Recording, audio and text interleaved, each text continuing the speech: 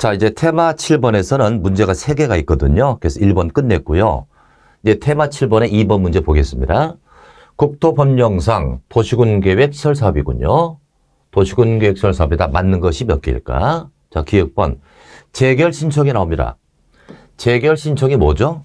중재해 주는 거예요. 그러니까 토지를 수용할 때는 보상부터 하고 강제 취득하는 거예요. 선 보상 후 취득인데 이 보상에 대해서 시행자와 소유자 간에 상호 협의를 하겠죠.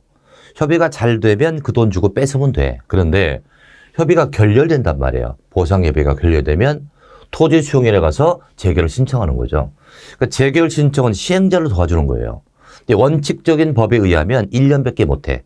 사업 인정을 받은 날로부터 1년 안에만 할 수 있거든요. 그런데 도시군계획 시설사업은 공익성이 크니까 혜택 준다고요. 그러니까 재결 신청은 1년이 하는 것이 아니고 이게 원칙이지만 이게 아니고 특례를 주어서 사업 끝날 때까지 할 수 있습니다.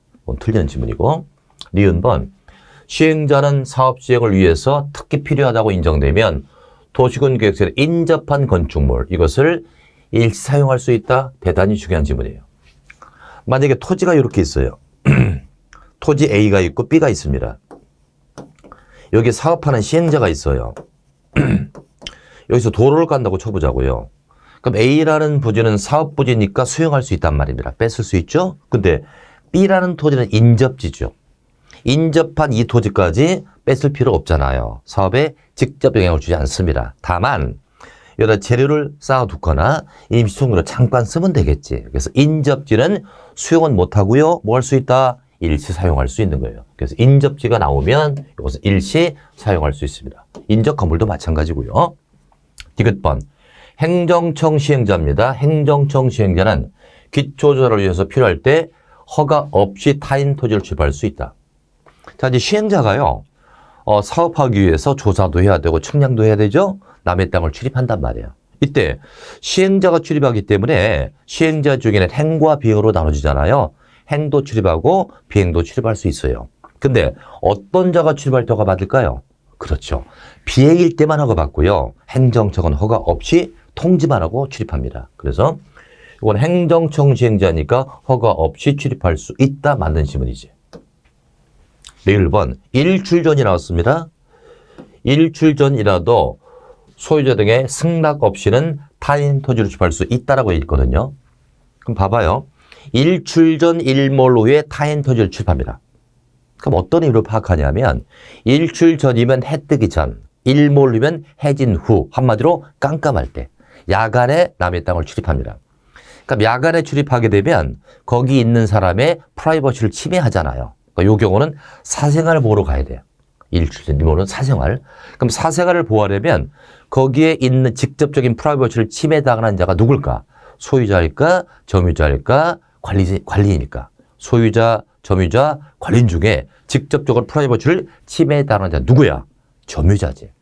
거기에는 점유자죠? 따라서 점유자의 승낙을 받아야 돼. 근데 이건 지금 소유자 승낙 없이 출입할 수 있다니까 틀렸지. 점유자의 승낙을 받아야 출입할 수 있는 겁니다. 틀리는 지문이고요. 미음번. 타인 토지주로 손실이 발생했다. 남의 땅에 출입해서 이것저것 하다 보면 손실을 가할 수 있죠. 이때 손실을 보상하거든요. 여기서 중요한 게 있다. 보상할 자를 보자. 보상할 자를 이렇게 나눠야 돼요. 보상할 자. 다시 지우고요. 자, 보상할 자를 제가 정리해 볼게요. 보상할 자를 둘로 나눠야 돼. 행정청이 출입했을 때 하고요. 비행정청이 출입했을 때 보상할 자가 서로 다릅니다. 그러니까 만약에 시청에 A 공무원이 출입했다. 이것저것 하다가 손실을 입혔다. 그럼 A 공무원이 자비를 털어서 보상할까요? 아니면 시청에서 보상해 줄까? 당연히 시청이지. 그래서 행정청의자가 출입했어도요. 그 자가 직접 보상하지 않고요. 그 자가 속한, 그 공무원이 속한 행정청이 보상을 합니다. 따라서 이때는 행정청인자가 만약에 보상한다면 출입한 그 행위자가 보상하는 게 아니라 그 속한 행정청이 합니다. 근데 비행정청이 출입했잖아요. 그럼 시행자가 직접 보상합니다. 그러니까 보상할 자하고요. 손실 가한 자고 같다고 봐서는 안 돼요. 만약에 비행정청이 만약에 손실을 가했다면 그 자가 직접 보상하니까 보상할 자와 손실 가한 자가 같단 말이야. 그런데 행정청행자가 출입했잖아요. 그 자가 손실을 가했잖아요. 그 자가 직접 보상하는 게 아니잖아. 그러니까 보상할 자하고요. 손실 가한 자고 같다고 하면 틀리지. 얘는 틀리고 얘는 같으니까. 그렇게 이해하시죠? 자, 다시 보자. 타인 토지 출입으로 손실이 발생했을 때 행위자가 직접 손실을 보상한다? 얼핏 맞는 것 같죠? 행위자가 직접 보상할 수 있는 경우는 비행일 때지. 행일 때는 그자가 직접 보상하는 게 아니니까 이건 행위다, 비행이다를 예시하지 않았기 때문에 이건 틀리는 지문. 근데 만약에 이 주문이 비행정청 시행자일 때 행위자가 직접 보상한다 그러면 맞겠지. 근데 이게 행일 수도 있으니까 틀린다고 봐야지. 그래서 옳은 것은 아까 어디 있었죠? 옳은 것이 요거죠.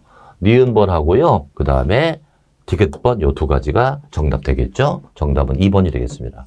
이렇게 해서 테마 7번에 2번을 맞추겠습니다.